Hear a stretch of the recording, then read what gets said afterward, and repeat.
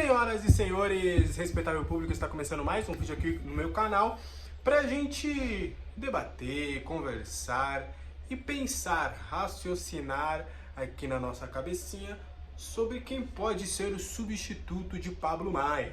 Vou trazer um pouco de informação, mas também vamos apostar no feeling e também na nossa opinião.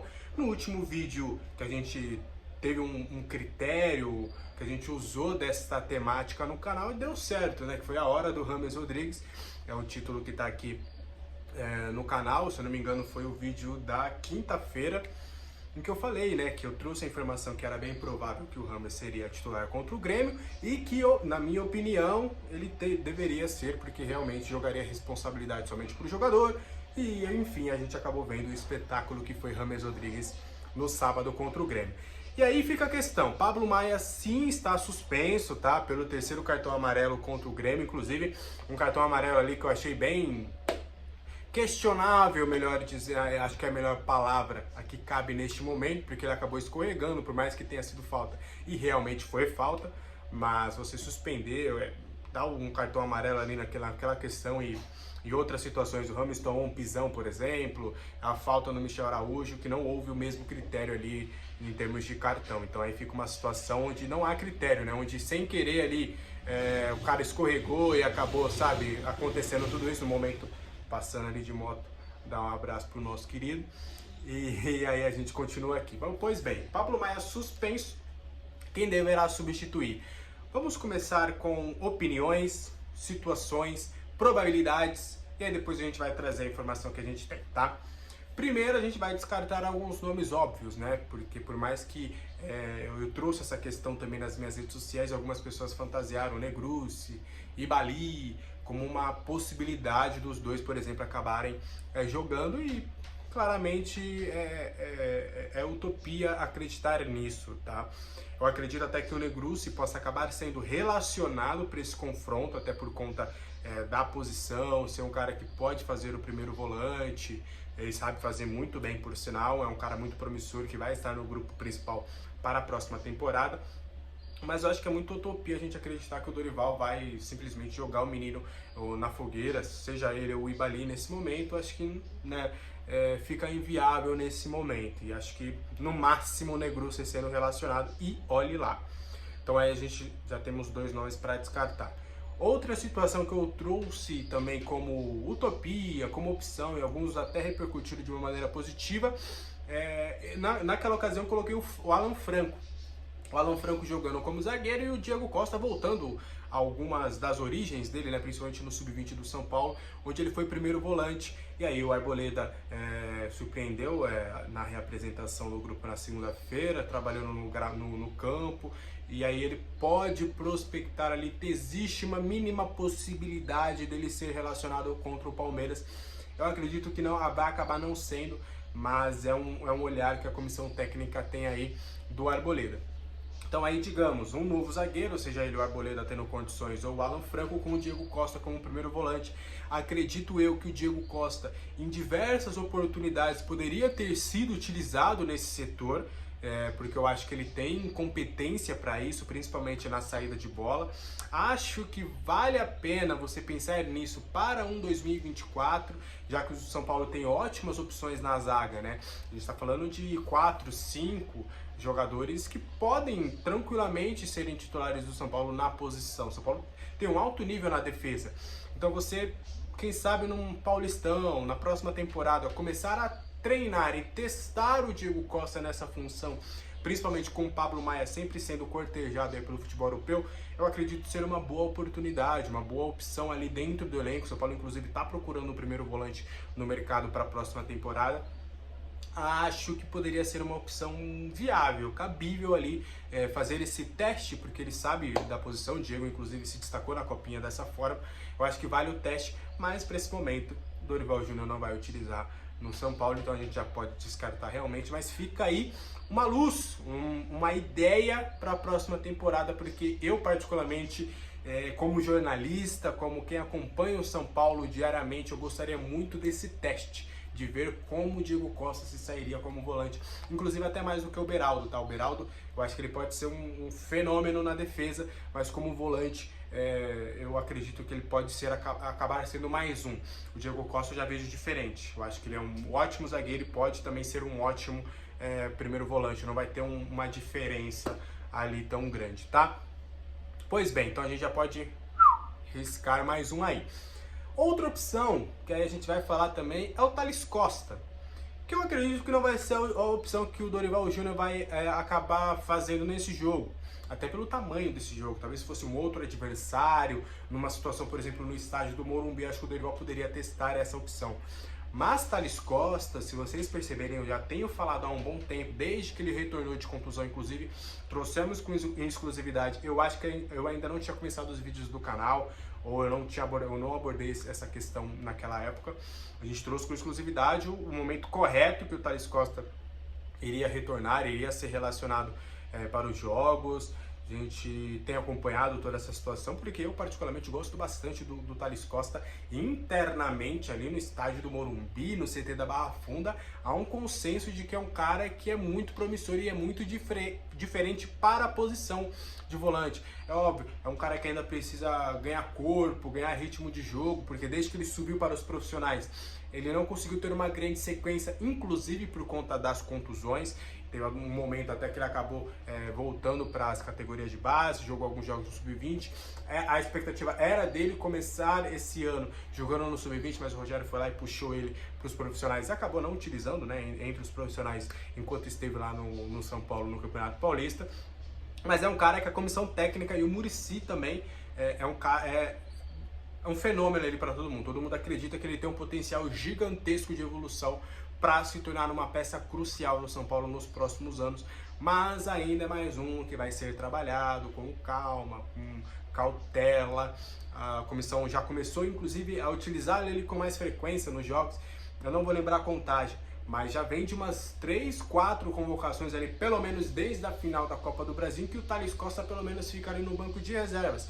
Então é nesses sinais que a gente vai pegando. O Jackson Mendes, vira e mexe, é alternado ali o seu banco de reservas ou nem relacionado. O Thales Costa tem tido uma frequência, pelo menos no banco de reservas, então é um jogador para se ficar de olho. Principalmente nessa reta final, quando o Dorival entender que as chances de rebaixamento já estão praticamente zeradas, vai começar testes, deve ser um jogador que o Dorival vai apostar aí, não só para esse fim de ano, mas também para a próxima temporada. Mas para agora, contra o Palmeiras, a gente também risca daí. E aí sobraram 3 opções que a gente vai debater aqui. A primeira, são 3 opções.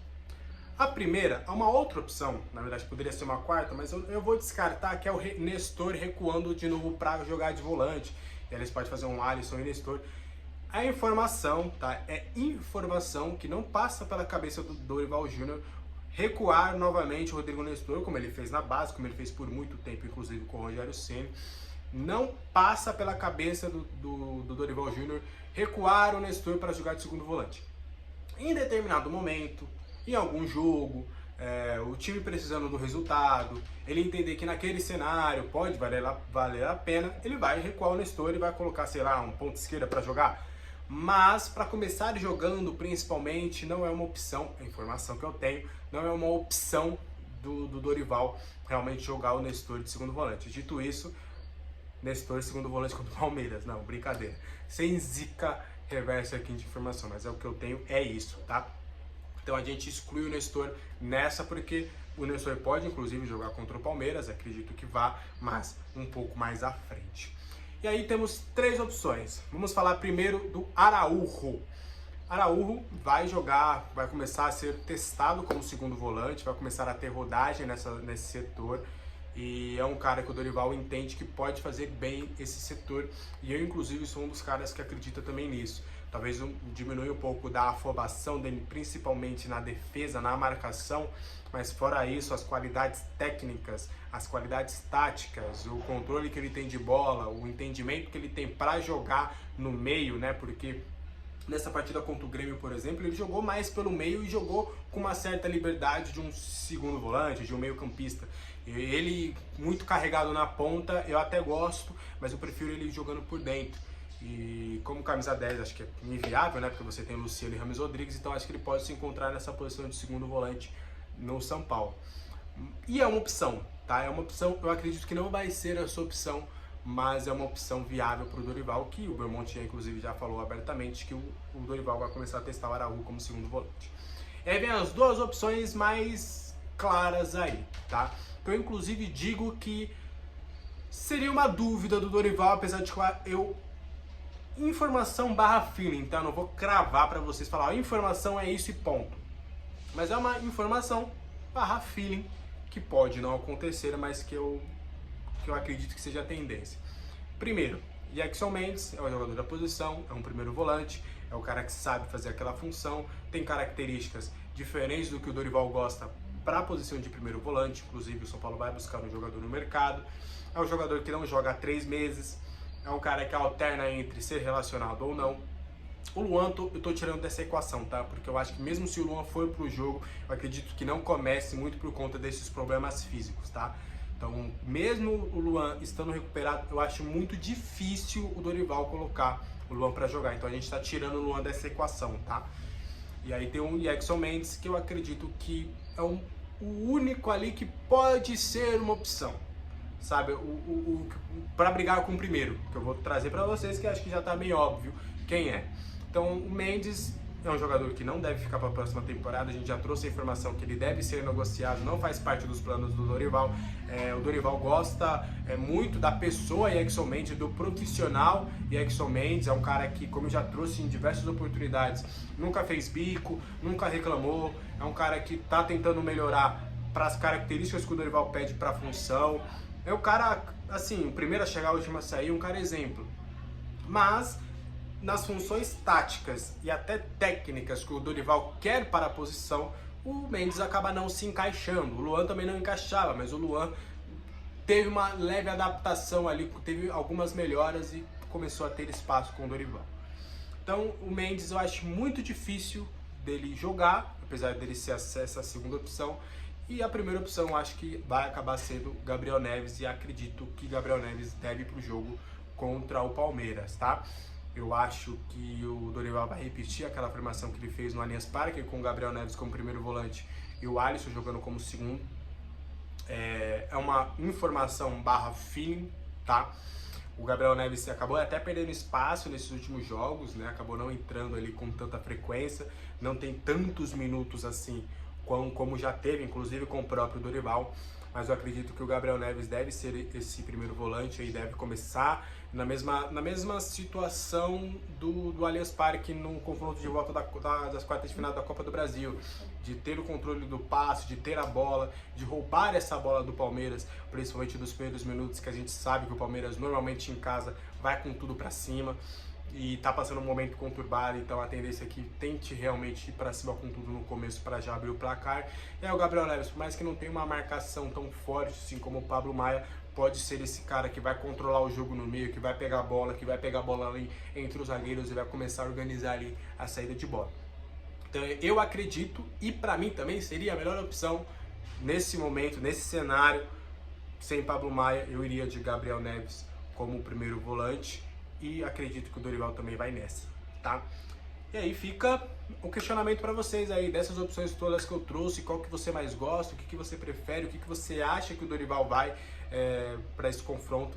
Eu acredito que vai ser Gabriel Neves e Alisson. E aí vamos ver como é que será no Allianz Parque, vamos ver se realmente será parecido com o que foi nas quartas de finais da Copa do Brasil.